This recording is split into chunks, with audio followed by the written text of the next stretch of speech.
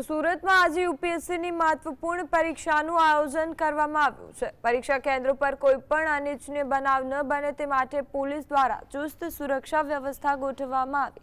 પરીક્ષા કેન્દ્રના દ્રશ્યોમાં વિદ્યાર્થીઓમાં પરીક્ષાને લઈ ગંભીરતા જોવા મળી। પરીક્ષા આપવા આવેલ ઉમેદવારે જણાવ્યું હતું કે તૈયારીઓ સારી છે અને વ્યવસ્થા પણ સંતોષકારક છે અને ઉમેદવાર શ્રેયા સિંધેએ પણ પરીક્ષા પદ્ધતિ અને કેન્દ્ર પરની સુવિધાઓ અંગે સકારાત્મક પ્રતિભાવ આપ્યો। લાખો ઉમેદવારોના સપના સાથે જોડાયેલી આ પરીક્ષા સુરતમાં ખૂબ જ વ્યવસ્થિત રીતે યોજવામાં આવી, જેમાં ઉમેદવારોએ આત્મવિશ્વાસ સાથે ભાગ લીધો હતો।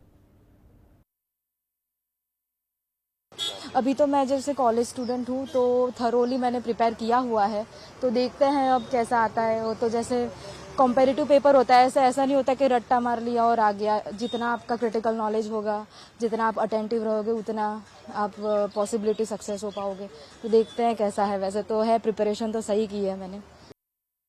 बाकी तो यूपीएससी में जैसे मतलब होता नहीं है, बिल्कुल भी नहीं होता। इतने ऑलरेडी मैं कम से कम 4 साल से प्रिपरेशन कर रही हूँ। पिछले साल मैंने एग्जाम भी दी थी, इस साल फिर देने आई हूँ। तो ऐसा तो मैंने कभी देखा नहीं है कि ये पेपर लीक वगैरह जैसा कुछ दिक्कत आता है।